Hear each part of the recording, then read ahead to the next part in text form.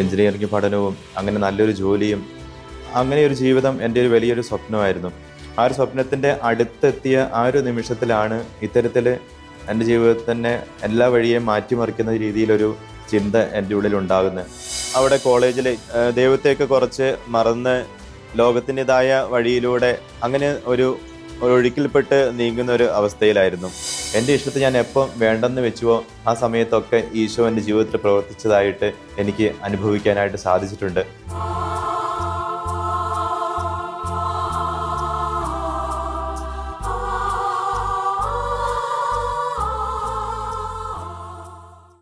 പ്രിയമുള്ളവരെ, എൻ്റെ പേര് ജിനോയ് കൈതമറ്റത്തിൽ. എൻ്റെ വീട് മാനന്തവാടി രൂപത തെനേരി ഇടവകയിലാണ്. എൻ്റെ വീട്ടിൽ എൻ്റെ ചാച്ചൻ മരിച്ചുപോയി, അമ്മച്ചിയുണ്ട്, എൻ്റെ മൂത്തത് ഒരു പെങ്ങളുണ്ട്, ചേട്ടായിയുണ്ട്. എൻ്റെ ഓർഡിനേഷൻ കഴിഞ്ഞിട്ട് ഇപ്പോൾ 6 വർഷം കഴിഞ്ഞു. നിങ്ങൾക്ക് കാണുമ്പോൾ മനസ്സിലാവുന്ന പോലെ ഞാൻ കപ്പുച്ചിൻ സഭാംഗമാണ്.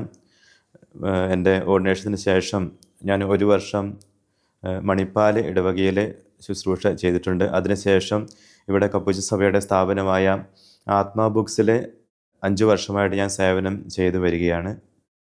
ഞാനൊരു ഈ ജീവിതത്തിലേക്ക് കടന്നു വന്നതിനെക്കുറിച്ച് ചോദിക്കുകയാണെങ്കിൽ 24-ാമത്തെ വയസ്സിലാണ് ഞാൻ പുരോഹിതനാകണം എന്നൊരു തീരുമാനം എടുത്തത്. ഇതിനെക്കുറിച്ച് പലരും എന്നോട് ചോദിക്കാറുണ്ട്, എന്തുകൊണ്ട് ഇത്ര താമസിച്ച് ഈ ഒരു ജീവിതത്തിലേക്ക് കടന്നു വന്ന, അല്ലെങ്കിൽ ഇങ്ങനെയൊരു തീരുമാനം എടുത്തു എന്നതിനെക്കുറിച്ച് പലരും ചോദിക്കാറുണ്ട്. അതിനെക്കുറിച്ച് ഞാൻ ആലോചിക്കുമ്പോൾ ചെറുപ്പത്തിൽ ഞാനും എല്ലാവരെയും പോലെയും വീട്ടിൽ പള്ളിയിലൊക്കെ പോവുകയും എല്ലാ ദിവസവും അല്ലെങ്കിലും വെള്ളി, ശനി, ഞായർ ആ ദിവസങ്ങളിലൊക്കെ പള്ളിയിലൊക്കെ പോവുകയും വീട്ടിലെല്ലാ കാര്യങ്ങളും ചെയ്തും അങ്ങനെ ഒരു ജീവിച്ചു പോകുന്നൊരു കുട്ടി തന്നെയായിരുന്നു. 5ാം ക്ലാസ് വരെയൊക്കെ എനിക്കും വൈദികനാകണം എന്നൊരു ആഗ്രഹമുണ്ടായിരുന്നു. പള്ളിയിലെ അൾത്താര ബാലനും അങ്ങനത്തെ പള്ളിയിലെ കാര്യങ്ങളിലെല്ലാം അത്യാവശ്യം ആക്റ്റീവായിട്ട് ഞാൻ പ്രവർത്തിക്കുന്നുണ്ടായിരുന്നു. അങ്ങനെ 5-6 ക്ലാസ് വരെയൊക്കെ പലരോടും ഞാൻ പറയാറുണ്ടായിരുന്നു, ഞാൻ പ്രായമാകുമ്പോൾ ഒരു വൈദികനാകാനായിട്ട് പോകും എന്ന് പറയാറുണ്ടായിരുന്നു.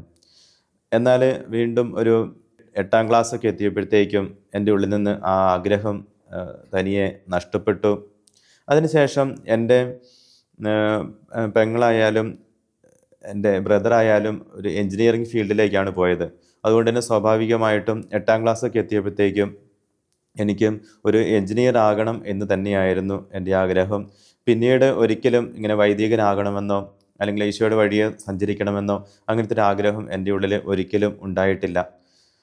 ആ രീതിയിൽ ഞാൻ എൻ്റെ പഠനം മുൻപോട്ട് കൊണ്ടുപോകുമ്പോൾ 10ാം ക്ലാസ്സിലെ അത്യാവശ്യം നല്ല മാർക്ക് നൽകി ദൈവം എന്നെ അനുഗ്രഹിച്ചു. എൻജിനീയറിംഗ് ആയിരുന്നു എൻ്റെ ലക്ഷ്യം. അതുകൊണ്ട് തന്നെ ഞാൻ +2-ന് കമ്പ്യൂട്ടർ സയൻസ് എടുത്താണ് പഠിച്ചത്. വയനാട്ടിൽ തന്നെ നല്ലൊരു സ്കൂളിൽ എനിക്ക് +2 പഠിക്കാനായിട്ട് സാധിച്ചു. എൻജിനീയറിംഗിന് വേണ്ടി നമുക്കറിയാം എൻട്രൻസ് എഴുതേണ്ടതായിട്ടുള്ള ആവശ്യമുണ്ട്. ഞാൻ +2 പഠിച്ചപ്പോൾ തന്നെ എൻട്രൻസിനായിട്ട് ശ്രമിക്കുകയും അന്ന് ഞാൻ +2 കഴിഞ്ഞപ്പോൾ തന്നെ എൻജിനീയറിംഗ് എൻട്രൻസ് എഴുതുകയും ചെയ്തു. എന്നാൽ ആ സമയത്ത് എനിക്ക് കിട്ടിയത് 6500 അങ്ങനെ ഒരു റാങ്കാണ് എനിക്ക് കിട്ടിയത്.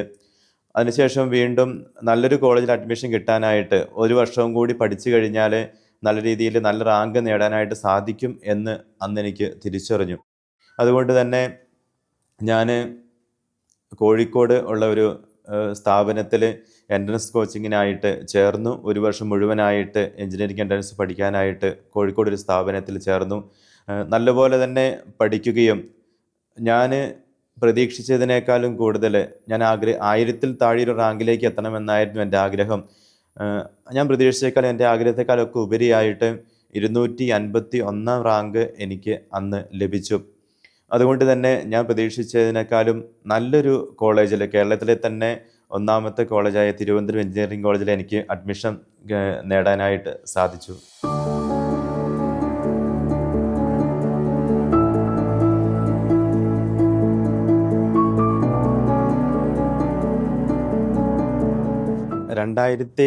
ലാണ് ഞാൻ തിരുവനന്തപുരത്ത് കോളേജിലേക്ക് എത്തിച്ചേരുന്നത്.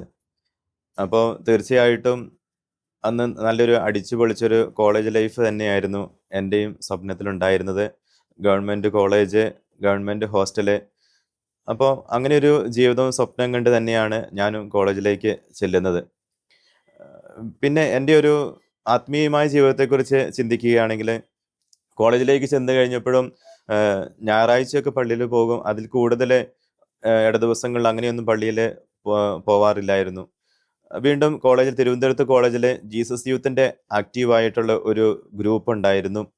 അപ്പോൾ അവിടെ ചെന്ന സമയത്ത് തന്നെ പുതിയ കുട്ടികളെയൊക്കെ അവർ ക്ഷണിക്കുന്നതിൻ്റെ ഭാഗമായിട്ട് എന്നെയും പ്രയർ മീറ്റിങ്ങിലേക്ക് അവർ ക്ഷണിക്കുകയുണ്ടായി.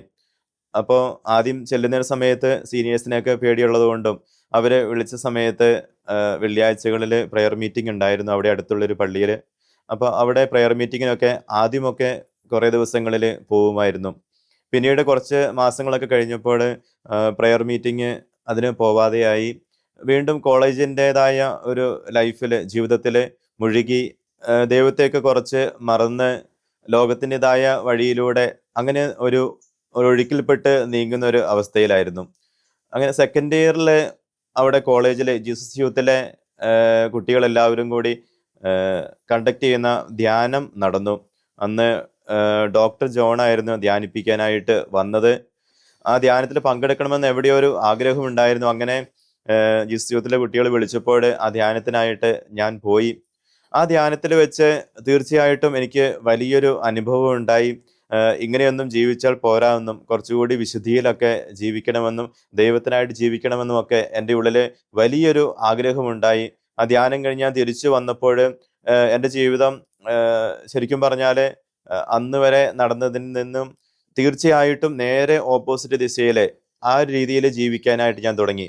അപ്പോൾ പിറ്റേ ദിവസം തൊട്ട് ഞാൻ എല്ലാ ദിവസവും പള്ളിയിൽ പോവുകയും അവിടെയും ഹോസ്റ്റലിലുള്ള കുട്ടികളെ ആ ദേവാലയത്തിൽ രാത്രിയിൽ ഒന്നിച്ചുകൂടി ജപമാല ചൊല്ലാറുണ്ടായിരുന്നു. അതിലൊക്കെ ഞാൻ പങ്കെടുക്കാനായിട്ട് തുടങ്ങി. എന്നാൽ വീണ്ടും എൻ്റെ ജീവിതത്തിൽ ഒരു താഴ്ചയിലേക്ക് പോയി. ഏതാനും മാസങ്ങൾക്ക് ശേഷം പള്ളിയിൽ പോക്കും കുമ്പസാരവും ഒക്കെ അതിൻ്റെയൊക്കെ ഫ്രീക്വൻസി കുറഞ്ഞു വന്നു. ജപമാലയ്ക്കും പോവാതായി. വീണ്ടും പഴയൊരു രീതിയിൽ തന്നെ എൻ്റെ ജീവിതം ആ ഒരു കോളേജിൻ്റെ ലൈഫിൽ ആ ഒരു ഒഴുക്കിൽപ്പെട്ട് അങ്ങനെ നീങ്ങാനായിട്ട് തുടങ്ങി. അതിനുശേഷം ഒരു തേർഡ് ഇയർ ഒക്കെ കഴിഞ്ഞ സമയത്ത് ജീസസ് യൂത്ത് ഗ്രൂപ്പിൽ ഉണ്ടായിരുന്ന കുട്ടികൾ ഞാൻ പണ്ട് അവിടെ ഗ്രൂപ്പിൽ വന്നുകൊണ്ടിരുന്നത് കൊണ്ട് എന്നെ വീണ്ടും പ്രയർ മീറ്റിങ്ങിനായിട്ട് വിളിക്കാറുണ്ടായിരുന്നു. എന്നാലും ഞാൻ അങ്ങനെ പിടികൊടുക്കാതെ അങ്ങനെ അവരിൽ നിന്നൊക്കെ ഒഴിഞ്ഞു മാറി അങ്ങനെ പോയി. എന്നാലും ഞാനിങ്ങനെ ആ ഒരു ഒഴുക്കിൽപ്പെട്ട് പോകുമ്പോഴും എൻ്റെ ഉള്ളിൻ്റെ ഉള്ളിലെ എന്തോ ഇങ്ങനെയൊന്നും ജീവിച്ചാൽ പോരാ, നന്നായി ജീവിക്കണമെന്നും വിശുദ്ധിയിൽ ജീവിക്കണമെന്നൊക്കെ എവിടെയോ എൻ്റെ ഉള്ളിൻ്റെ ഉള്ളിൽ ഒരു ആഗ്രഹം ഉണ്ടായിരുന്നു. അതുകൊണ്ട് തന്നെയായിരുന്നു ഒരു ദിവസം എൻ്റെ ബാച്ചിൽ തന്നെ ഉണ്ടായിരുന്ന ഒരാൾ എന്നെ ജീസസ് യൂത്ത് പ്രയർ മീറ്റിങ്ങിലേക്ക് വീണ്ടും വിളിച്ചു. അങ്ങനെ ഞാൻ ആ ഒരു ദിവസം പ്രയർ മീറ്റിങ്ങിനായിട്ട് കടന്നു ചെന്നു. അന്ന് തീർച്ചയായിട്ടും ഞാൻ പള്ളിയിലൊന്നും അധികം പോകാതെയും ഞായറാഴ്ച മാത്രം പള്ളിയിൽ പോകും. ആ ഒരു രീതിയിൽ മുൻപോട്ട് ഒന്നും ചെല്ലാറില്ലായിരുന്നു. അങ്ങനെ ജീവിച്ചു പോകുന്ന ഒരു സമയമായിരുന്നു. ആ പ്രയർ മീറ്റിംഗ് എനിക്ക് ചെന്നിരുന്നപ്പോഴും എനിക്ക് ഭയങ്കര അസ്വസ്ഥതയുണ്ടായി. എനിക്കവിടെ പ്രാർത്ഥിക്കാനൊന്നും അങ്ങനെ പറ്റുന്നില്ലായിരുന്നു. പക്ഷെ എന്നാൽ അത് കഴിഞ്ഞ് ഞാൻ വന്നപ്പോൾ എൻ്റെ ഉള്ളിൽ ഞാനൊരു തീരുമാനമെടുത്തു. പതുക്കെ എൻ്റെ ജീവിതത്തിൽ ഒന്ന് മാറ്റണമെന്ന് ഞാനൊരു തീരുമാനമെടുത്തു. അങ്ങനെ കുറച്ച് ദിവസങ്ങളൊക്കെ കഴിഞ്ഞപ്പോഴും ആ പ്രയർ മീറ്റിങ്ങിനൊക്കെ ഞാൻ വീണ്ടും പോവാനായിട്ട് തുടങ്ങി. അങ്ങനെ ഞാൻ പിന്നെ ഇടയ്ക്ക് ഇട ദിവസങ്ങളിലും പള്ളിയിലൊക്കെ പോകാനായിട്ട് തുടങ്ങി. വിശുദ്ധ കുർബാനയിൽ പങ്കെടുക്കാനായിട്ട് തുടങ്ങി. അങ്ങനെ വീണ്ടും എൻ്റെ ജീവിതം ഒരു തിരിച്ചും നേരായ ദിശയിലേക്ക് മാറാൻ തുടങ്ങുകയായിരുന്നു. അതിനുശേഷം വീണ്ടും എൻ്റെ ആഗ്രഹത്തിനൊക്കെ വിപരീതമായിട്ട് വീണ്ടും ഒരു പഴയ വഴിയിലേക്കൊക്കെ പോകാനായിട്ടുള്ള ഒരു പ്രവണത എൻ്റെ ഉള്ളിൽ വന്നു. അങ്ങനെയൊക്കെ ഞാൻ വീഴുകയും എഴുന്നേൽക്കുകയും ചെയ്യുന്ന ഒരു അവസ്ഥയിലൂടെ മുൻപോട്ട് പോകുമ്പോൾ എൻ്റെ ഉള്ളിൽ ഭയങ്കര വിഷമം ഉണ്ടായി. എന്തുകൊണ്ടാണ് എനിക്കിങ്ങനെ പറ്റാത്തത്, ഈശോയുടെ ഇഷ്ടമനുസരിച്ച് ജീവിക്കാനായിട്ട് പറ്റാത്തത്, എൻ്റെ ജീവിതത്തിൽ വിട്ടുകൊടുക്കാനായിട്ട് പറ്റാത്തത് എന്താണെന്നുള്ളൊരു വലിയൊരു വിഷമം എൻ്റെ ഉള്ളിലുണ്ടായി. അങ്ങനെ ആ ഒരു വിഷമത്തിൽ നിന്ന് ഒരു ദിവസം ഞാൻ അവിടെ അടുത്തുള്ള ഒരു ആശ്രമത്തിൽ പോയിട്ട് കുമ്പസാരിച്ചു. യാദൃശ്ചികമെന്ന് പറയട്ടെ, അന്ന് എനിക്ക് അറിയത്തില്ലായിരുന്നു അതൊരു കപ്പ്യൂച്ചൻ വൈദികന്റെ അടുത്ത് തന്നെയായിരുന്നു ഞാൻ കുമ്പസാരിച്ചത്. ആ കുമ്പസാരത്തിന് ശേഷം അന്ന് തൊട്ട് എൻ്റെ ജീവിതത്തിൽ വലിയ മാറ്റങ്ങൾ ഉണ്ടായി. വീണ്ടും ഞാൻ തിരിച്ചു പോവുകയും വീഴുകയും ഒക്കെ ചെയ്തിട്ടുണ്ടെങ്കിലും ദൈവം എൻ്റെ കൂടെയുണ്ടെന്നും ദൈവം എൻ്റെ കൈപിടിച്ച് എന്നെ മുൻപോട്ട് നയിക്കുന്നുണ്ടെന്നും ആ ഒരു അനുഭവം എൻ്റെ ജീവിതത്തിൽ ഉണ്ടായിരുന്നു. എൻ്റെ മുമ്പിൽ നേരിട്ട് വന്ന ഒരു ദൈവാനുഭവം അങ്ങനെയൊന്നും എനിക്ക് ഉണ്ടായിട്ടില്ലെങ്കിലും എവിടെയോ എൻ്റെ അടുത്ത് ദൈവമുണ്ടെന്നും ആരിലൊക്കെയോ കൂടെ അല്ലെങ്കിൽ എൻ്റെ ചുറ്റുമുള്ള പല സംഭവങ്ങളിൽ കൂടെ പല ആൾക്കാരിലൂടെ ദൈവം എന്നെ ഓരോ കാര്യങ്ങൾ ചെയ്യാനായിട്ട് പ്രേരിപ്പിക്കുന്നുണ്ടെന്നും ഒരു ബോധ്യം എൻ്റെ ഉള്ളിലുണ്ടായിരുന്നു. അങ്ങനെ തീർച്ചയായിട്ടും ഞാൻ അന്ന് ഫൈനൽ ഇയറിലെത്തി. ആ ഗ്രൂപ്പിലൊക്കെ ആക്റ്റീവായിട്ട് പ്രവർത്തിക്കാനായിട്ട് തുടങ്ങി. മറ്റു കുട്ടികളെ ഗ്രൂപ്പിലേക്ക് വിളിക്കാനും അന്ന് ഹോസ്റ്റലിൽ നിന്ന് വൈകുന്നേരങ്ങളിൽ പോയി ചൊല്ലിയ ജപമാല നയിക്കാനും ഒക്കെ ഇടയായി. അങ്ങനെ കുറച്ചുകൂടി ആത്മീയമായിട്ട് രീതിയിൽ ദൈവത്തോട് ചേർന്നുകൊണ്ട് എല്ലാ ദിവസവും വിശുദ്ധ കുർബാനയിൽ പങ്കെടുക്കുകയും കൂടെ കൂടെ കുമ്പസാരിക്കുകയും ഒക്കെ ചെയ്യുന്ന ഒരു ജീവിതത്തിലേക്ക് തിരിയാനായിട്ട് തുടങ്ങി.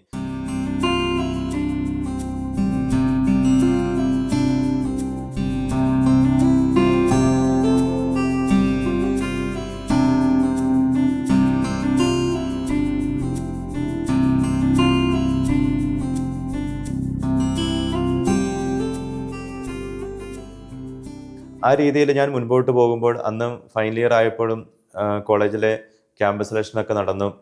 ആദ്യത്തെ കമ്പനികളിലൊന്നും കിട്ടിയിട്ടില്ല. പിന്നീട് മൂന്നാമത്തെ നാലാമത്തെയോ ഒരു കമ്പനിയിൽ എനിക്ക് ജോലി ലഭിക്കുകയും ചെയ്തു. ഒരു IT കമ്പനി ആയിരുന്നു. അതിലെനിക്ക് ജോലി ലഭിക്കുകയും ചെയ്തു. ആ രീതിയിൽ ഞാൻ കോളേജ് പഠനം 2008 എൻ്റെ കോളേജ് പഠനം പൂർത്തിയാകുന്നത്. ആ ഒരു സമയത്തായിരുന്നു ഒരു അമേരിക്കയിൽ ഒരു സാമ്പത്തിക മാന്ദ്യമൊക്കെ വരികയും എല്ലാ IT കമ്പനികളും അവിടെ ജോയിൻ ചെയ്യുന്ന കുട്ടികളെ അത് ജോയിനിങ് ഡേറ്റ് ഒക്കെ നീട്ടുകയും ചെയ്തു. ആ ഒരു സാഹചര്യത്തിൽ എൻ്റെയും ജോയിനിങ് ഡേറ്റ് അവർ കുറച്ച് മാസങ്ങളിലേക്ക് നീട്ടി. അതുകൊണ്ട് തന്നെ ആ ഒരു സമയം നല്ലപോലെ ഉപയോഗിക്കാനായിട്ട് ഞാൻ ബോംബെയിൽ അന്നെൻ്റെ പെങ്ങള് കുടുംബവും ബോംബെയിലായിരുന്നു താമസം. അപ്പോൾ ബോംബെയിലേക്ക് ഞാൻ പോകാനായിട്ട് ഇടയായി. ആ സമയത്ത് ഞാൻ ബോംബെയിലേക്ക് ചെന്നു. അവിടെ ഒരു ടെമ്പററി ആയിട്ട് ഒരു കമ്പനിയിൽ ജോലി നേടുകയും വീണ്ടും M.Tech പഠിക്കാനായിട്ട് അതിൻ്റെ എൻട്രൻസിന് വേണ്ടി ശ്രമിക്കുകയും ചെയ്ത് അങ്ങനെ കടന്നു പോവുകയായിരുന്നു. അവിടെ ചെന്ന സമയത്തും ഞാൻ അവിടെ അടുത്ത് ഞാൻ ജോലി ചെയ്യുന്ന ഇതിനടുത്തൊരു പള്ളി ഉണ്ടായിരുന്നു. അപ്പോൾ അവിടെ ജോലി കഴിഞ്ഞ സമയത്ത് വൈകുന്നേരങ്ങളിൽ ആ പള്ളിയിൽ പോയിരിക്കുകയും വിശുദ്ധ കുർബാനയിൽ പങ്കെടുക്കുകയും ഒക്കെ അന്നും തുടർന്നിരുന്നു. എല്ലാ ദിവസവും ചെയ്യാനായിട്ട് സാധിച്ചില്ലെങ്കിലും പറ്റുന്ന ദിവസങ്ങളിലെല്ലാം അങ്ങനെ പള്ളിയിലേക്ക് പോകാനായിട്ട് ഞാൻ ശ്രമിച്ചിരുന്നു. ആ സമയത്തൊന്നും എൻ്റെ ഉള്ളിൽ ഇങ്ങനെ വൈദികനാകണം എന്നൊരു ചിന്തയില്ലായിരുന്നു. എന്നാലും എൻ്റെ ജീവിതം കൊണ്ട് എന്താണ് ഈശോ ഉദ്ദേശിക്കുന്നത് എന്നൊരു ചിന്ത എൻ്റെ ഉള്ളിലുണ്ടായിരുന്നു. കൂടുതലായിട്ടും ഇനി ഹയർ സ്റ്റഡീസിന് പോകണോ, വേറെ ജോലിക്ക് പോകണോ, അങ്ങനെ എൻ്റെ ഉള്ളിൽ ഭാവിയിൽ എന്താണ് ഞാൻ ചെയ്യാനായിട്ട് ഉദ്ദേശിക്കുന്നത്, എന്താണ് ഈശോ എന്നിൽ നിന്ന് പ്രതീക്ഷിക്കുന്നത്, അങ്ങനെ ഒരു ചിന്ത എൻ്റെ ഉള്ളിൽ എപ്പോഴും ഇങ്ങനെ പൊങ്ങി വന്നുകൊണ്ടിരുന്നിരുന്നു. അങ്ങനെ മുൻപോട്ട് പോകുന്ന സമയത്ത് ആ പള്ളിയിൽ ഒരു ധ്യാനം നടക്കാൻ ഇടയായി. ഒരു അച്ഛൻ വന്ന് ആ പള്ളിയിൽ ധ്യാനിപ്പിച്ചു. അപ്പോൾ എനിക്ക് എൻ്റെ ഒഴിവ് സമയത്തൊക്കെ ആയിരുന്നുകൊണ്ട് ആ സമയത്ത് ആ ധ്യാനത്തിൽ ഞാൻ അതിൻ്റെ ടോക്കുകളും കാര്യങ്ങളൊക്കെ ഞാൻ കേൾക്കാനായിട്ട് ഇടയായി. അതിലെവിടെ വെച്ചാണ് അച്ഛൻ പുരോഹിതനെക്കുറിച്ചും പൗരോഹിത്യത്തിൻ്റെ മഹത്വത്തെക്കുറിച്ചുമൊക്കെ ആ അച്ഛൻ പ്രസംഗിക്കുകയുണ്ടായി. ആദ്യമായിട്ട് ആ ധ്യാനത്തിൻ്റെ ഇടയിൽ വെച്ചാണ് എനിക്ക് എൻ്റെ ജീവിതത്തിൽ ഞാനൊരു പുരോഹിതനാകാനാണോ എൻ്റെ വിളി, അങ്ങനെ ഒരു ചിന്ത എൻ്റെ ഉള്ളിൽ ആദ്യമായിട്ട് ഉണ്ടായത് ബോംബെയിൽ വെച്ച് ആ ധ്യാനം കൂടുന്ന സമയത്തായിരുന്നു. ഇടവകയിൽ വെച്ച് ധ്യാനം കൂടുന്ന സമയത്തായിരുന്നു. വീണ്ടും ആ ചിന്ത അധികം ഞാനതിനെ മൈൻഡ് ചെയ്തില്ല, അതങ്ങ് പോയി. പക്ഷേ ഇടയ്ക്കിടയ്ക്ക് പള്ളിയിൽ പോകുമ്പോഴും ആരാധനയ്ക്കൊക്കെ പങ്കെടുക്കുമ്പോഴൊക്കെ ഈ ഒരു ചിന്ത പതുക്കെ പതുക്കെ എൻ്റെ ഉള്ളിൽ പൊങ്ങി വരാനായിട്ട് തുടങ്ങി. അതിൻ്റെ ഇടയിൽ ഗേറ്റിൻ്റെ എൻട്രൻസ് എഴുതാനായിട്ട് നാട്ടിലേക്ക് വരികയും വീണ്ടും തിരിച്ച് ബോംബെയിലേക്ക് തന്നെ പോവുകയും ചെയ്തു. ബോംബെയിലേക്ക് പോയി. അത് കഴിഞ്ഞ് പിന്നീടും ഒരു 6 മാസമൊക്കെ കഴിഞ്ഞിട്ടാണ് ഞാൻ വരാനായിട്ട് തീരുമാനിച്ചത് വീണ്ടും നാട്ടിലേക്ക്. എന്നാൽ ഈ ഒരു ചിന്ത എൻ്റെ ഉള്ളിൽ വന്നുകൊണ്ടിരുന്നു. അത് ഇടയ്ക്കൊക്കെ എന്നെ അസ്വസ്ഥപ്പെടുത്താനായിട്ട് തുടങ്ങി. അപ്പോഴും ഞാൻ മനസ്സിൽ പറഞ്ഞത് ഞാൻ ആരോടും ഇപ്പോൾ പറയുന്നില്ല. എന്തെങ്കിലും എനിക്ക് പുറമേ നിന്ന് ഇതിനെ പ്രോത്സാഹിപ്പിക്കുന്ന വിധത്തിൽ എന്തെങ്കിലുമൊക്കെ ആരെങ്കിലും പറയുകയോ അങ്ങനെ എന്തെങ്കിലും സാഹചര്യങ്ങൾ വന്നാൽ മാത്രമേ ഞാനിത് പറയുകയുള്ളൂ എന്ന് ഞാനന്ന് തീരുമാനിച്ചു. അപ്പോൾ ആ ഇടയ്ക്കായിരുന്നു എൻ്റെ ബ്രദറിൻ്റെ വിവാഹമൊക്കെ നിശ്ചയിച്ചു. അപ്പോൾ ആ ഒരു സമയത്ത് വീണ്ടും പെട്ടെന്ന് നാട്ടിലേക്ക് വരേണ്ടതായിട്ട് എനിക്ക് സാഹചര്യമുണ്ടായി. അപ്പോൾ ഞാൻ ബോംബെയിലേക്ക് എത്തി. ഉടനെ തന്നെ വീണ്ടും നാട്ടിലേക്ക് വരാനായിട്ടിടയായി. അപ്പോൾ ആ വരുന്ന സമയത്തൊക്കെ ട്രെയിനിൽ യാത്ര ചെയ്യുമ്പോഴൊക്കെ എൻ്റെ ഉള്ളിൽ ഈ ഒരു ചിന്തയുണ്ടായിരുന്നു, പുരോഹിതനാകാനാണോ അല്ലെങ്കിൽ ആ ഒരു ദൈവത്തിൻ്റെ വഴിയെ സഞ്ചരിക്കാനാണോ എൻ്റെ ജീവിതം കൊണ്ട് ഉദ്ദേശിക്കുന്നത്, ഈശോ ഉദ്ദേശിക്കുന്നത്, അങ്ങനെ ചിന്ത എൻ്റെ ഉള്ളിൽ എപ്പോഴും ഇങ്ങനെ പൊങ്ങി വന്നിരുന്നു. അങ്ങനെ ഞാൻ നാട്ടിൽ വന്നു. വീട്ടിൽ വന്ന് ഓരോ കാര്യങ്ങളൊക്കെ ചെയ്ത് അങ്ങനെ മുൻപോട്ട് പോകുന്ന സമയത്ത് ഒരു ദിവസം വീട്ടിൽ നിന്ന്, പണ്ട് ഞാൻ ചെറുപ്പത്തിൽ അച്ഛനാകാൻ പോകും എന്നൊക്കെ പറഞ്ഞുകൊണ്ടിരുന്നത് കൊണ്ട് ആ ഒരു ബാക്ക്ഗ്രൗണ്ടിൽ വെച്ച് അമ്മച്ചി പറഞ്ഞു, രൂപതയിൽ ദൈവം വിളിക്കാൻ വേണ്ടി നീ പോകുന്നുണ്ടോ എന്ന് വെറുതെ ഇങ്ങനെ അമ്മച്ചി തമാശയ്ക്ക് ചോദിച്ചു. അപ്പോൾ ഞാൻ ഉള്ളിൽ ചിന്തിച്ചിരുന്നു, ദൈവവിളിയുമായിട്ട് ബന്ധപ്പെട്ട് പുരോഗതിനാകുന്നതുമായി ബന്ധപ്പെട്ട് എന്തെങ്കിലും ആരെങ്കിലും പറഞ്ഞാൽ മാത്രമേ എൻ്റെ ഉള്ളിലുള്ള ആഗ്രഹം ഞാൻ പുറത്ത് പറയൂ എന്ന് ഞാൻ മനസ്സിൽ തീരുമാനിച്ചിരുന്നു. അപ്പോൾ ആ സമയത്ത് ഞാൻ എൻ്റെ അമ്മച്ചിയോട് എനിക്കിങ്ങനെ ആഗ്രഹം തോന്നിയിട്ടുണ്ട് എന്ന് പറഞ്ഞു. അപ്പോൾ തീർച്ചയായും അത് കേട്ട സമയത്ത് തന്നെ അമ്മച്ചി അതിനെ ഒത്തിരി പ്രോത്സാഹിപ്പിച്ചു. പറ്റുവാണെങ്കിൽ ദൈവവിളി ക്യാമ്പിന് രൂപതയിൽ പോയി പങ്കെടുക്കാനായിട്ട് പറഞ്ഞു. അപ്പോൾ എൻ്റെ ഉള്ളിൽ വീണ്ടും ആഗ്രഹം കുറച്ചും കൂടി വർദ്ധിച്ചു. എന്നാൽ എന്തായാലും ഞാൻ ആ ദൈവവിളി ക്യാമ്പിന് പങ്കെടുക്കാനായിട്ട് തീരുമാനിച്ചു. അപ്പോൾ വീട്ടിൽ ചാച്ചനോടും പറഞ്ഞു. ചാച്ചനും എതിർപ്പൊന്നുമില്ലായിരുന്നു. അറിയാം, ഞാൻ പഠനമെല്ലാം പൂർത്തിയാക്കി ജോലിയിലേക്ക് പ്രവേശിച്ചു വരുന്നേ ഉണ്ടായിരുന്നുള്ളൂ.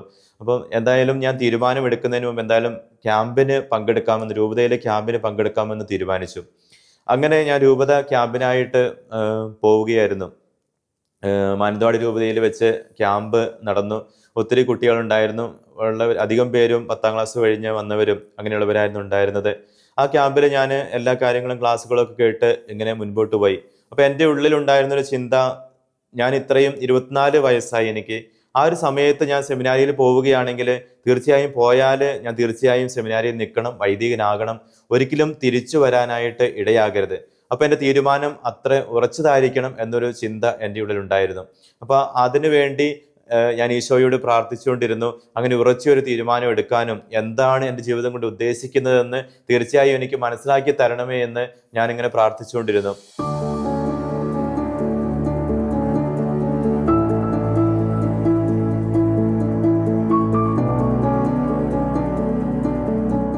ദൈവവിളി ക്യാമ്പിൽ പങ്കെടുക്കുന്ന ആ ഒരു കാലഘട്ടത്തിൽ ഒരു സ്ട്രഗിളിൽ കൂടെയാണ് ഞാൻ ശരിക്കും കടന്നുപോയത്. തീർച്ചയായിട്ടും 8ാം ക്ലാസ് തൊട്ടുള്ള എൻ്റെ ഒരു ആഗ്രഹമായിരുന്നു ഒരു എൻജിനീയറിംഗ് പഠനവും അങ്ങനെ നല്ലൊരു ജോലിയും. അങ്ങനെ ഒരു ജീവിതം എൻ്റെ ഒരു വലിയൊരു സ്വപ്നമായിരുന്നു. ആ ഒരു സ്വപ്നത്തിൻ്റെ അടുത്തെത്തിയ ആ ഒരു നിമിഷത്തിലാണ് ഇത്തരത്തിൽ എൻ്റെ ജീവിതത്തിനെ എല്ലാ വഴിയെയും മാറ്റിമറിക്കുന്ന രീതിയിലൊരു ചിന്ത എൻ്റെ ഉള്ളിൽ ഉണ്ടാകുന്നത്. അപ്പോൾ അങ്ങനെ ഒരു തീരുമാനം എടുക്കുമ്പോൾ അത് തീർച്ചയായും ശരിയായിട്ടുള്ള തീരുമാനമാകണമെന്നും പിന്നീട് അതിൽ നിന്ന് തിരിച്ചു പോകാനായിട്ട് പാടില്ലെന്നും അങ്ങനെയൊക്കെയുള്ള ഒത്തിരി ചിന്തകൾ എൻ്റെ ഉള്ളിൽ ഇങ്ങനെ വന്നിരുന്നു. അതുകൊണ്ട് തന്നെ ആ തീരുമാനമെടുക്കാനുള്ള ഒരു സ്ട്രഗിളിൽ കൂടെ ഞാനിങ്ങനെ കടന്നുപോയി. പക്ഷെ തീർച്ചയായിട്ടും ദൈവം ആ സമയത്തൊക്കെ എൻ്റെ ചുറ്റും സംഭവിക്കുന്ന പല കാര്യങ്ങളിലൂടെയും അല്ലെങ്കിൽ വരുന്ന ചെറിയ ചെറിയ വ്യക്തികളിൽ കൂടെയൊക്കെ ഈ ഒരു കാര്യത്തെ ഇങ്ങനെ പതുക്കെ പതുക്കെ എൻ്റെ ഉള്ളിൽ ഉറപ്പിക്കുകയായിരുന്നു. അങ്ങനെ ആ ക്യാമ്പിൽ പങ്കെടുക്കുന്ന സമയത്ത് തീർച്ചയായും ഞാനൊരു തീരുമാനം എടുത്തേ മതിയാകൂ എന്നുള്ള ഒരു അവസ്ഥയിലേക്ക് ഞാൻ എത്തിച്ചേർന്നു. അപ്പം ഞാൻ പറഞ്ഞതുപോലെ ഞാൻ ഈ ഒരു ജീവിതത്തിലേക്ക് എത്തിച്ചേർന്നാൽ ഒരിക്കലും തിരിച്ചു പോരില്ല എന്നും നല്ല രീതിയിൽ അവിടെ ജീവിക്കുമെന്നൊക്കെയുള്ള ഒരു ഉറപ്പ് കിട്ടിയാൽ മാത്രമേ ഞാൻ തീരുമാനിക്കൂ എന്നുള്ളതായിരുന്നു എൻ്റെ മനസ്സിലുണ്ടായിരുന്നൊരു ചിന്ത. പക്ഷേ എന്നെ ഈശോ ആ ഉറപ്പിനേക്കാളൊക്കെ ഉപരി പൂർണ്ണമായിട്ട് അതിനെക്കുറിച്ചൊന്നും നീ ചിന്തിക്കാതെ പൂർണ്ണമായിട്ടും നീ വിട്ടുകൊടുക്കുക, നിൻ്റെ ഒരു യെസ് മാത്രം മതി എനിക്ക്, അങ്ങനെയൊരു ചിന്തയായിരുന്നു. ആ ഒരു സ്ട്രഗിളിൽ കൂടിയായിരുന്നു ഞാൻ കടന്നുപോയത്. അങ്ങനെ ആ ഒരു ദൈവവിളി ക്യാമ്പിൻ്റെ തീരാൻ പോകുന്നതിന് തലേ ദിവസം ആരാധനയിൽ വെച്ച് അവിടുന്ന് ആരാധന നയിച്ചിരുന്ന അച്ഛൻ ദൈവവിളിയെക്കുറിച്ചും ഒക്കെ പറയുന്നുണ്ടായിരുന്നു. ആ സമയത്ത് ഞാൻ ഇങ്ങനെ ദിവ്യകാരുണ്യത്തിലേക്ക് നോക്കി തന്നെ ഇരിക്കുകയായിരുന്നു. അപ്പോൾ ആ ഒരു സമയത്ത് എനിക്ക് എൻ്റെ ഉള്ളിൽ വല്ലാത്തൊരു സ്ട്രഗിള് നടന്നു.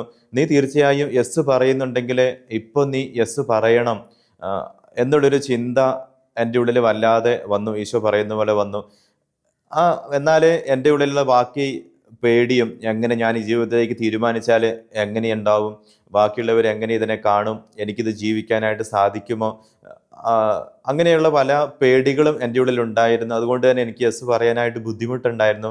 എങ്കിലും ആ ആരാധനയുടെ തീരാനാവുന്ന ഒരു നിമിഷത്തിൽ ഞാൻ രണ്ടും കൽപ്പിച്ച് എല്ലാം മറന്ന് ഈശോയുടെ യെസ് പറഞ്ഞു. ആ ഒരു സമയത്ത് എൻ്റെ മനസ്സിൽ വലിയൊരു ആശ്വാസം ഉണ്ടായി. അത്രയും കാലം ഞാൻ കൊണ്ടു നടന്ന ഒരു സ്ട്രഗിള് ഇല്ലാണ്ടായ പോലെ, ഈശോയുടെ യെസ് പറഞ്ഞപ്പോൾ അത്രയും കാലം എൻ്റെ ഉള്ളിലുണ്ടായിരുന്ന ഒരു സ്ട്രഗിള് ഇല്ലാതായതുപോലെ എനിക്ക് തോന്നി. വലിയൊരു ഫ്രീഡവും ശാന്തതയും ഒക്കെ എൻ്റെ ഉള്ളിൽ അനുഭവിച്ചു. അങ്ങനെ എന്തായാലും ഞാൻ പുരോഹിതനാകണം, ദൈവവിളി സ്വീകരിക്കാം എന്ന് ഞാൻ തീരുമാനിച്ചു. ഈശോയുടെ യെസ് പറഞ്ഞു. അപ്പോൾ പിന്നെ അടുത്തൊരു ചോദ്യം എൻ്റെ ഉള്ളിലുണ്ടായിരുന്നു, എവിടെ എങ്ങനെ ചേർന്ന് വൈദികനാകണം, അങ്ങനെ ഒരു ചിന്ത എൻ്റെ ഉള്ളിലേക്ക് കടന്നു വന്നു. അതിനു മുമ്പ് തീർച്ചയായും ഞാൻ പറഞ്ഞത് വെച്ച് നിങ്ങൾക്കറിയാം, എൻജിനീയറിങ്ങും അങ്ങനെ ഒരു ജീവിതം ഒക്കെ സ്വപ്നം കണ്ട് നടന്നിരുന്നത് കൊണ്ട് ഇത്തരത്തിൽ എന്തൊക്കെ കോൺഗ്രിഗേഷനാണ് ഉള്ളത് സഭയിലെന്നും എന്തൊക്കെ രീതിയിലാണ് അച്ഛനാകാൻ സാധിക്കുക അതിനെക്കുറിച്ചൊന്നും എൻ്റെ ഉള്ളിൽ ഒരു ചിന്തയോ അങ്ങനെ ആലോചനകളോ ഒന്നുമില്ലായിരുന്നു. നിങ്ങൾ ദൈവവിളി ക്യാമ്പിൻ്റെ സമയത്ത് പല കോൺഗ്രിഗേഷനിൽ നിന്നുള്ള വൈദികരും സഹോദരന്മാരൊക്കെ വന്ന് അവരുടെ സഭയെക്കുറിച്ച് പരിചയപ്പെടുത്താറുണ്ടായിരുന്നു. അപ്പോൾ അങ്ങനെ പരിചയപ്പെടുത്തുന്ന സമയത്ത് കപ്പൂച്ച സഭയിൽ നിന്നുള്ള ഒരു 5 സഹോദരങ്ങളും അന്ന് അവിടെ ദൈവവിളി ക്യാമ്പിൻ്റെ സമയത്ത് വരികയുണ്ടായി.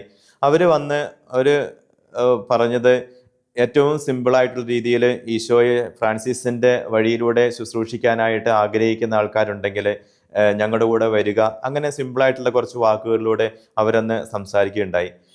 ഈ രീതിയിൽ എൻജിനീയറിംഗ് പഠനമൊക്കെ കഴിഞ്ഞ് ജോലിയൊക്കെ ആയിരുന്ന സമയത്ത് എനിക്കിങ്ങനെ തോന്നിയപ്പോൾ ഞാൻ ഈ ഒരു ജീവിത രീതി ഉപേക്ഷിച്ച് വരികയാണെങ്കിൽ തീർച്ചയായും ഒരു ആത്മീയമായ ശുശ്രൂഷയിലേക്ക് കടക്കണം എന്ന് തന്നെയായിരുന്നു എൻ്റെ ആഗ്രഹം. അപ്പോൾ ഞാനിങ്ങനെ അച്ഛനാകാൻ ആഗ്രഹമുണ്ടെന്ന് പറഞ്ഞപ്പോൾ പലരും മറ്റ് കോളേജുകളൊക്കെ ഉള്ള സഭയിൽ, എഞ്ചിനീയറിംഗ് കോളേജുള്ള സഭകളിലൊക്കെ ചേരാനായിട്ട് പലരും ഉപദേശിച്ചായിരുന്നു. എങ്കിലും എൻ്റെ ഉള്ളിൽ അത്തരത്തിലുള്ളൊരു ജീവിത രീതി അല്ലായിരുന്നു ഉണ്ടായിരുന്നത്. തികച്ചും ആത്മീയമായ ഒരു ശുശ്രൂഷയിലേക്ക് കടക്കണം എന്നുള്ളൊരു ചിന്ത തന്നെയായിരുന്നു എൻ്റെ ഉള്ളിലുണ്ടായിരുന്നത്. അങ്ങനെ എൻ്റെ ഉള്ളിൽ ഉണ്ടായിരുന്ന ഒരു ആഗ്രഹവും കപ്പൂച്ച സഭയുടെ ഒരു ജീവിത രീതിയും തമ്മിൽ പൊരുത്തപ്പെട്ടു പോകും എന്ന് എനിക്ക് മനസ്സിൽ തോന്നി. അന്ന് എനിക്കും ഫ്രാൻസിസ് അസീസിനെ കുറിച്ചൊന്നും കാര്യമായിട്ടൊന്നും ഞാൻ കേട്ടിട്ടില്ല, അറിയില്ലായിരുന്നു. പിന്നീട് കപ്പൂച്ച സഭയുടെ ക്യാമ്പിൽ പങ്കെടുക്കുന്ന സമയത്താണ് ഫ്രാൻസിസിനെ കുറിച്ചൊക്കെ കുറിച്ചും ക്ലാരയെക്കുറിച്ചും ഒക്കെ കൂടുതലായിട്ട് അറിയാനായിട്ട് സാധിച്ചത്. അങ്ങനെ ബത്തേരിയിൽ അൽവേർണ ആശ്രമത്തിൽ ഞാൻ കപ്പൂച്ച സഭയുടെ ക്യാമ്പിനായിട്ട് ചെന്നു. ആ ഒരു സമയത്ത് എനിക്ക് തീർച്ചയായും എൻ്റെ മനസ്സിൽ ഞാൻ ഉറപ്പിച്ചു, ഞാൻ എത്തിച്ചേരേണ്ട സ്ഥലം ഇത് തന്നെയാണെന്നും കപ്പൂച്ചൻ ജീവിത രീതി തന്നെയാണ് ഞാൻ സ്വീകരിക്കേണ്ടതെന്നും എനിക്ക് തീർച്ചയായിട്ടും മനസ്സിൽ ഒരു ഉറപ്പുണ്ടായി. അങ്ങനെ ഞാൻ കപ്പൂച്ച സഭയിൽ ചേരാനായിട്ട് തീരുമാനിച്ചു.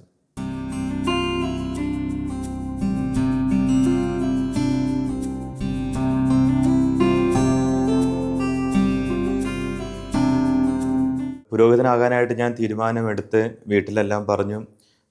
നേരത്തെ പറഞ്ഞ പോലെ എൻ്റെ അമ്മച്ചിയും ചാച്ചനും ഒക്കെ എന്നെ അതിനായിട്ട് ഒത്തിരി പ്രോത്സാഹിപ്പിച്ചു. സഹോദരങ്ങളും അവർക്കും ആദ്യമൊക്കെ കേട്ടപ്പോൾ ഒരു വിഷമം തോന്നിയെങ്കിലും പിന്നീട് ഞാൻ ഇത്ര പ്രായമായിട്ട് അങ്ങനെ ഒരു മച്ചുറായിട്ടുള്ള തീരുമാനം എടുത്തതെന്നുള്ള നിലയ്ക്ക് അവരെല്ലാവരും അതിനോട് ചേർന്ന് നിന്നു. അപ്പോഴും എൻ്റെ ഉള്ളിൽ ഒരു ചോദ്യമുണ്ടായിരുന്നു, ഇങ്ങനെ പോവുകയാണെങ്കിൽ ഒരിക്കലും തിരിച്ചു വരരുത്, തീർച്ചയായിട്ടും പുരോഹിതനാകണം, അങ്ങനെയൊക്കെയുള്ള ആ ഒരു പേടിയും കാര്യങ്ങളും അപ്പോഴും എൻ്റെ ഉള്ളിലുണ്ടായിരുന്നു. തീർച്ചയായിട്ടും എൻ്റെ ചാച്ചൻ എന്നോട് പറഞ്ഞു, നിനക്ക് ധൈര്യമുണ്ടെങ്കിൽ നീ പോയി വൈദികനാവുക, എപ്പോഴെങ്കിലും നിനക്ക് പറ്റില്ലെന്നൊക്കെ തോന്നിക്കഴിഞ്ഞാൽ നിനക്ക് തിരിച്ചു വരാം. അങ്ങനെ ഒരു ഫ്രീഡവും എൻ്റെ ചാച്ചൻ എനിക്ക് തന്നിരുന്നു. അങ്ങനെ തീർച്ചയായും ഞാൻ കപ്പൂച്ച സഭയിൽ ചേരാനായിട്ട് തീരുമാനിച്ചു. കണ്ണൂർ കേന്ദ്രമായിട്ട് പ്രവർത്തിക്കുന്ന പാവനാത്മ പ്രൊവിൻസിൻ്റെ പയ്യന്നൂരുള്ള മൈനർ സെമിനാരിയിലാണ് ഞാൻ ചെന്ന് ചേർന്നത്. അന്ന് ഞങ്ങൾ 52 പേര് അപ്പോൾ അവിടെ ഉണ്ടായിരുന്നു. കൂടുതൽ ആൾക്കാരും 10ാം ക്ലാസ് കഴിഞ്ഞ് വന്നവരായിരുന്നു. അവരുടെ കൂടെ എൻ്റെ ഫോർമേഷൻ തുടങ്ങി. അവരെല്ലാവരും കുട്ടികളായിരുന്നെങ്കിൽ എനിക്ക് അവരോടൊക്കെ മിങ്കിൾ ചെയ്യാനും അവരുടെ കൂടെ കളിക്കാനും ജോലി ചെയ്യാനും പഠിക്കാനും ഒക്കെ തീർച്ചയായിട്ടും സാധിച്ചു. എൻ്റെ ദൈവവിളി ഇതാണെന്നും ഈ ഒരു ജീവിത രീതിയാണ് ഞാൻ തിരഞ്ഞെടുത്തത്, ഇത് തന്നെയാണ് എൻ്റെ ജീവിത രീതി എന്നുമുള്ളൊരു ഉറപ്പ് എൻ്റെ ഉള്ളിൽ ഉണ്ടായിരുന്നു. അതുകൊണ്ട് തന്നെ എനിക്ക് ആ കാലഘട്ടമൊക്കെ നല്ല രീതിയിൽ മുൻപോട്ട് പോകാനായിട്ട് സാധിച്ചു. വീണ്ടും പിന്നീട് സെമിനാരി പഠനത്തിൻ്റെ വിവിധ ഘട്ടങ്ങളിലൂടെ കടന്നുപോയി. നോവിഷേറ്റ് പഠനകാലത്തൊക്കെ ആ സമയത്തൊക്കെ തീർച്ചയായും ഒരു സ്ട്രഗിൾ ഉണ്ടായിരുന്നു. ഇത് തന്നെയാണോ ദൈവവിളി, എൻ്റെ ജീവിതം ഇത് തന്നെയാണ് ഉദ്ദേശിച്ചത്, അങ്ങനെയുള്ള സ്ട്രഗിളുകളിൽ കൂടെയൊക്കെ ഞാൻ കടന്നുപോയി. അങ്ങനെ 2012 മെയ് 12 എൻ്റെ പ്രഥമ വ്രതവാഗ്ദാനവും നടത്തി ഈ ഒരു സന്യാസ വസ്ത്രം ഞാൻ സ്വീകരിച്ചു. ഈ ഒരു കാലഘട്ടത്തിൽ പൗരോഹിത്യവും സന്യാസവും തമ്മിലുള്ള ഒരു വ്യത്യാസമൊക്കെ അന്ന് എനിക്ക് തിരിച്ചറിയുന്നത് ആ ഒരു കാലഘട്ടത്തിലാണ്. ഞാൻ യാദൃശികമായിട്ട് തിരഞ്ഞെടുത്തതാണെങ്കിലും കപ്പൂച്ചൻ ജീവിതരീതി എന്ന് പറയുന്ന ഒരു സന്യാസ ജീവിത രീതിയാണ്. ഞങ്ങളെല്ലാവരും സഹോദരന്മാരാണ്, ബ്രദർ എന്നാണ് ഞങ്ങൾ അഡ്രസ്സ് ചെയ്യപ്പെടുന്നത്. അപ്പോൾ ആ ഒരു സഹോദരത്തിൻ്റെ കൂട്ടായ്മയിലേക്കാണ് ഞാൻ കടന്നു വന്നത്. ആ ഒരു കാര്യം എനിക്ക് വളരെ സന്തോഷകരമായിട്ട് തോന്നി. പിന്നീട് വീണ്ടും മുൻപോട്ട് ഫിലോസഫിയും തിയോളജി പഠനകാലവും ഒക്കെ മുൻപോട്ട് നല്ല രീതിയിൽ കടന്നുപോയി. 2018 മെയ് 12 തന്നെയാണ് എൻ്റെ നിത്യവ്രത വാഗ്ദാനം. എൻ്റെ ജീവിതകാലം മുഴുവൻ ഞാൻ ഈ ഒരു ഫ്രാൻസിസ്കൻ ജീവിത രീതിയിൽ ജീവിക്കാമെന്ന് ഈശോയ്ക്ക് വാക്കുകൊടുത്ത ഒരു ദിവസമായി 2018 മെയ് 12. അതിനുശേഷം എനിക്ക് എൻ്റെ ജീവിതത്തിൽ വലിയൊരു സ്ട്രഗിള് വന്നു. ഈ ഒരു ജീവിത രീതിയിൽ നിന്ന് ഞാൻ പോകണം, ആ രീതിയിലുള്ളൊരു സ്ട്രഗിള് എൻ്റെ ജീവിതത്തിൽ ആ ഒരു സമയത്ത് വന്നിരുന്നു, ഞാൻ നിത്യവ്രതം കഴിഞ്ഞതിന് ശേഷവും. അപ്പോൾ ആ ഒരു സമയത്ത് ഇടയ്ക്കൊക്കെ ഞാൻ ഇവിടുന്ന് ആ ഒരു സെമിനാരിൽ നിന്ന് പോകുന്നതിനെ കുറിച്ച് ചിന്തിക്കുമ്പോൾ എൻ്റെ ഉള്ളിൽ വലിയൊരു വേദന വരികയും എന്നാൽ ഞാൻ ഇവിടെ തന്നെ നിൽക്കണമോ എന്നുള്ളൊരു സംശയം എൻ്റെ ഉള്ളിൽ വരാനായിട്ട് തുടങ്ങി. അപ്പോൾ ആ ഒരു സ്ട്രഗിളിലൂടെ കടന്നു പോയപ്പോൾ പലരും എന്നെ സഹായിച്ചു, ഞാൻ പലരോടും സംസാരിച്ചു. അതിൽ നിന്നെല്ലാം ഒരു പ്രചോദനം ഉൾക്കൊണ്ട് അവസാനം എനിക്ക് തീർച്ചയായിട്ടും 100% അതെനിക്ക് ക്ലിയറായി. ഞാൻ ഇവിടെ തന്നെ നിൽക്കേണ്ടതാണെന്നും മറ്റു ജീവിതത്തിലേക്ക് പോവേണ്ടതല്ലെന്നും എനിക്ക് തീർച്ചയായിട്ടും ഒരു ഉറപ്പ് എൻ്റെ ഉള്ളിൽ ലഭിച്ചു. അതിനുശേഷം എൻ്റെ ഡീക്കൻ പട്ടം കഴിഞ്ഞു. ആ ഒരു സമയത്ത് ഞാൻ എൻ്റെ ഉള്ളിൽ ഈ ഒരു സംശയവും സ്ട്രഗിളിൽ കൂടെയൊക്കെ കടന്നു പോയപ്പോൾ എൻ്റെ ഉള്ളിലൊരു ഉറപ്പ് ലഭിച്ചു. ഈശോ എന്നെ വിളിച്ചിട്ടുണ്ടെങ്കിൽ അതിൻ്റെ ബാക്കി കാര്യങ്ങളെല്ലാം അവൻ ക്രമീകരിക്കും എന്നുള്ളൊരു ഉറപ്പ് എൻ്റെ ഉള്ളിൽ ലഭിച്ചു. അപ്പോൾ വേറെ ഒന്നിനെക്കുറിച്ചും ഞാൻ ആകുലപ്പെടേണ്ടതായിട്ടില്ല എന്നും എല്ലാ കാര്യങ്ങളും ഈശോ എൻ്റെ ജീവിതത്തിൽ ക്രമീകരിക്കും എന്നുള്ളൊരു ഉറപ്പ് എൻ്റെ ഉള്ളിൽ ലഭിക്കുകയും ഞാൻ വീണ്ടും മുൻപോട്ട് പോവുകയും ചെയ്യും. അങ്ങനെ 2019 നവംബർ 28 മാനന്തവാടി രൂപത അധ്യക്ഷൻ ജോസ് പൊരുന്നേടം പിതാവിൻ്റെ കൈവപ്പ് വഴി ഞാൻ തിരുപ്പട്ടം സ്വീകരിച്ചു. അതിനുശേഷം 6 മാസം കാലം ഞാൻ മണിപ്പാലുള്ള ഇടവകയിൽ ശുശ്രൂഷ ചെയ്തു, അസിസ്റ്റന്റ് വികാരിയായിട്ട് ശുശ്രൂഷ ചെയ്തു. അതിനുശേഷം എൻ്റെ പ്രൊവിൻസിലേക്ക് ഞാൻ വരികയും കോഴിക്കോട് പ്രവർത്തിക്കുന്ന ആത്മാ ബുക്സിൻ്റെ ഭാഗമായിട്ട് ഇന്നുവരെ ഞാൻ പ്രവർത്തിച്ചുകൊണ്ടിരിക്കുകയും ചെയ്യുന്നു.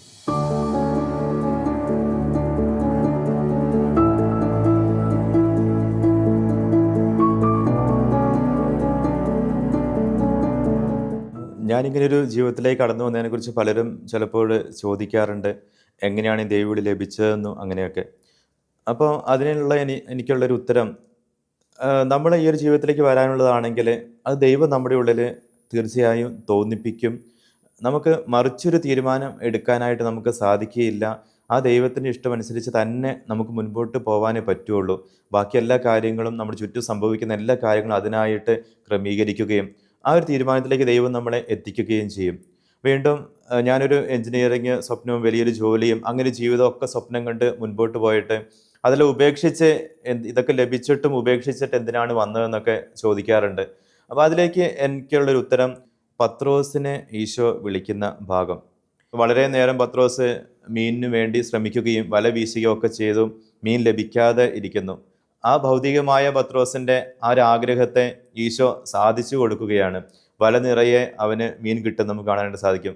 എന്നാൽ തൊട്ടടുത്ത നിമിഷം ഈശോയിൽ നിന്ന് ലഭിച്ച ആ ഒരു അനുഗ്രഹത്തെ തന്നെ ഉപേക്ഷിച്ചിട്ടാണ് പത്രോസ് ഈശോയുടെ പിറകെ പോവുക.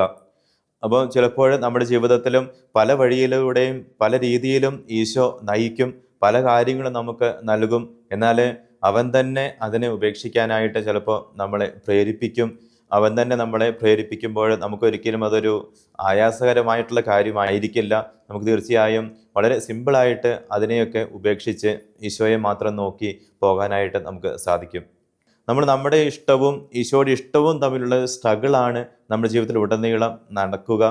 ആ ഒരു സ്ട്രഗിളിൽ നമ്മളെപ്പം നമ്മുടെ ഇഷ്ടത്തെ, എൻ്റെ ഇഷ്ടത്തെ ഞാൻ എപ്പം ഉപേക്ഷിച്ചുവോ, എൻ്റെ ഇഷ്ടത്തെ ഞാൻ എപ്പം വേണ്ടെന്ന് വെച്ചുവോ, ആ സമയത്തൊക്കെ ഈശോ എൻ്റെ ജീവിതത്തിൽ പ്രവർത്തിച്ചതായിട്ട് എനിക്ക് അനുഭവിക്കാനായിട്ട് സാധിച്ചിട്ടുണ്ട്.